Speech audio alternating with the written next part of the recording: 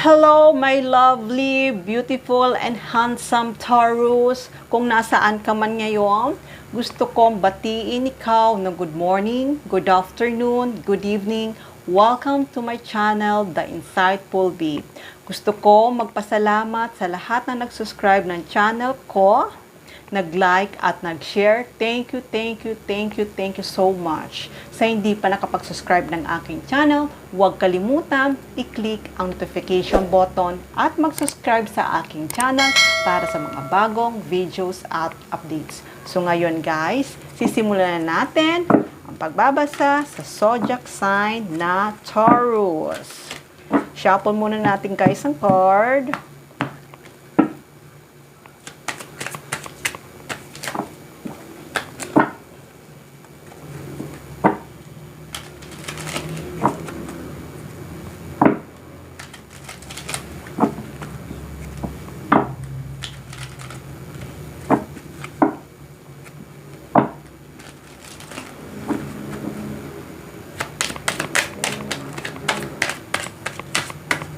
Okay, Taurus. Ano nga ba ang message for Taurus ngayong August 16 to August 31?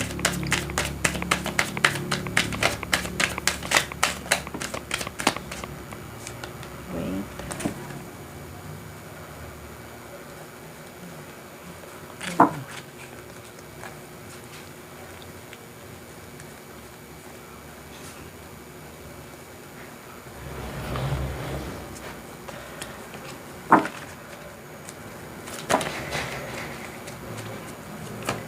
Taurus, ano nga ba ang message for Taurus?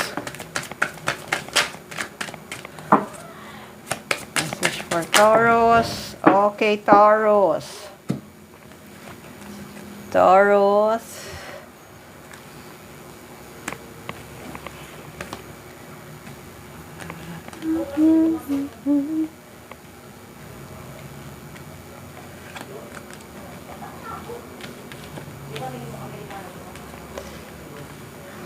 Okay.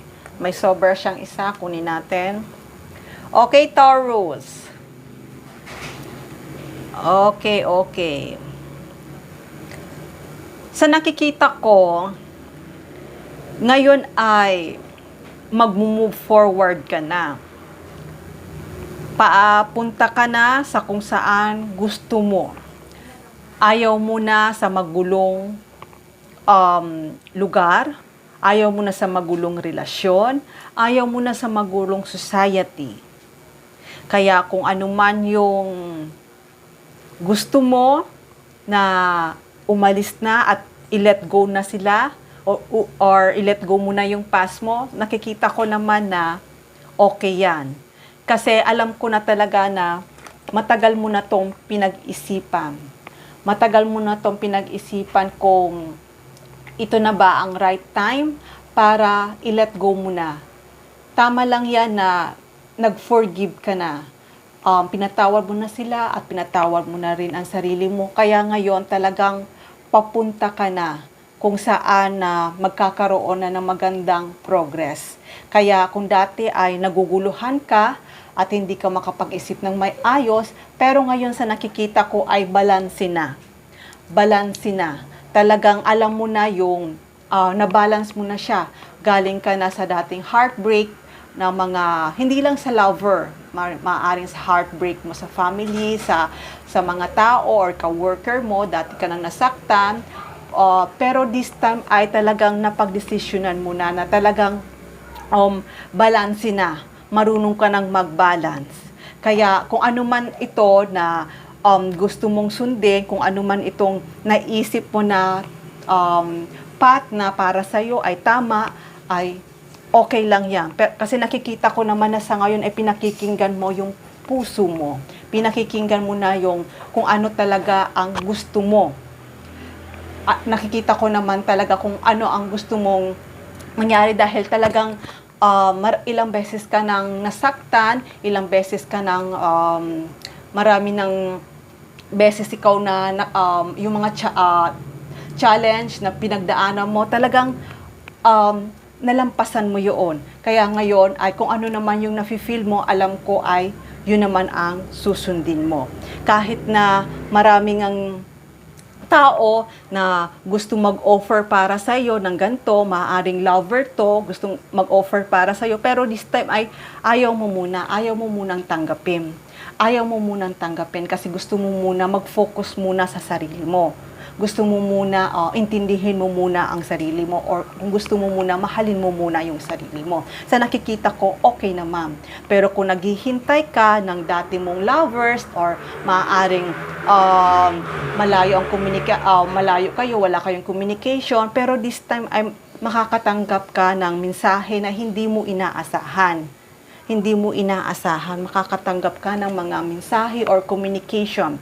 Kaya kung naghihintay ka sa kanya, dahil magkalayo kayo, alam ko, makakatanggap ka ngayong communication. Kasi kung dati, wala kayong communication dahil nga maraming arguments, maraming conflict. Hindi lang arguments sa inyong dalawa, maaaring arguments sa pamilya niya, maaaring hindi ka nila gusto, or maaaring hindi ng family mo gusto sila, konflikto.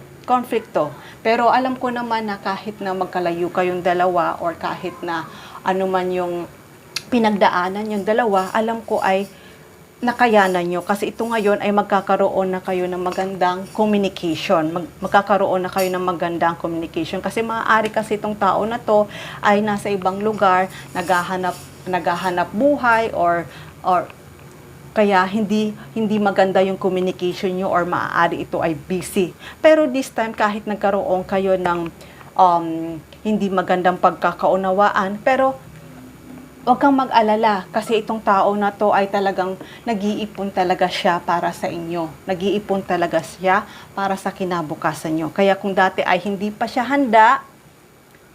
handa na makipag-communicate sa'yo, dahil nga sa sobrang busy niya, pero huwag ka mag-alala kasi talagang itong tao na to ay nakadestin to para sa iyo. Huwag kang mag-alala dahil itong tao na to, kayong talaga ay para sa isa't isa. Kasi kahit na nagkaroon nga kayo ng hindi pagkakaunawaan or kahit sa family nyo, pero itong tao na to ay never na-give up. Never na-give up to. Never na-give up kasi talagang ikaw ang sunshine niya. Ikaw ang happiness niya. Kahit na hindi madalas kayo nag-uusap, pero huwag kang mag-alala. Kasi itong tao na to, ikaw ang happiness niya. Ikaw ang kaligayahan niya. Kaya itong di mo inaasahan, itong communication na to, maaaring din ito mag-travel to papunta para sa iyo. Maaaring mag-travel ito papunta para sa iyo para sabihin niya sa iyo ang totoo.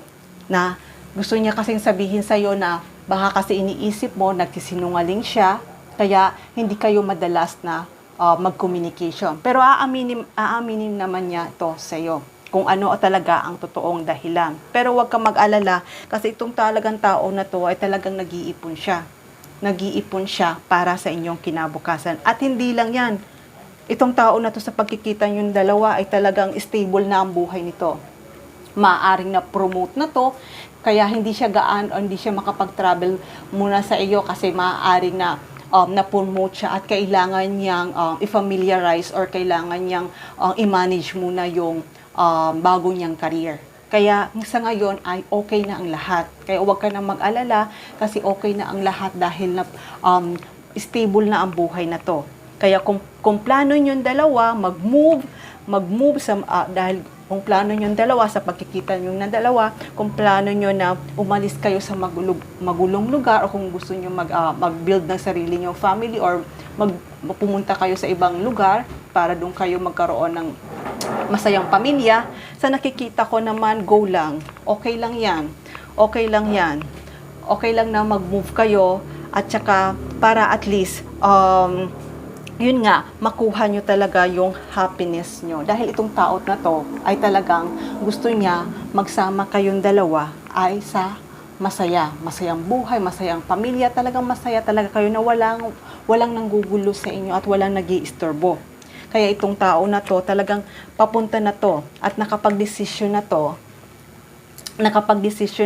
siya na sa pagkita niyong dalawa, i-offer niya to sa'yo. I-offer niya to na kay tagal niya na itong pinag-ipunan. Kaya tagal niya na itong hinintay. Maaaring talaga naghintay ito ng promotion para sa pagkita niyong dalawa ay may sapat siyang ipon. May sapat siyang ipon para maging masagana ang buhay niyo. Kaya Taurus, itong tao na to ay talagang siya lang talaga ang makakasama mo habang buhay. Mahal na mahal ka itong tao na to at asahan mo itong communication nyo at itong pagpunta niya sa'yo ay matutupad na dahil itong tao na to stable na ang buhay niya. At hindi lang yon, kasama ka sa mga pangarap niya dahil ikaw nga talaga ang happiness niya. Ikaw talaga ang happiness niya. Kahit na alam ko naghintay ka sa kanya, pero hindi ka pa rin nag-give up. Hindi ka pa rin nag-give up sa paghihintay para sa kanya. Kaya, at hindi mo pa rin, hindi ka naghanap ng iba. Kahit marami nang nag-o-offer sa'yo, pero hindi ka talaga naghanap ng iba. Dahil alam mo, siya talaga ang mahal na mahal mo. Siya talaga ang hinihintay mo. Kaya, Taurus, itong tao na to, na pupunta na magta-travel para sa'yo, kahit anuman yung pagsubok na pinagdaanan niya sa trabaho or anuman pinagsubok niyo sa inyong relasyon, itong tao ay hindi talagang mag-give up dahil itong tao na to, ikaw ang happiness niya, ikaw ang shine niya. Okay, Taurus, hanggang dito na lang muna ang mensahe na to. Love and peace. Mwah.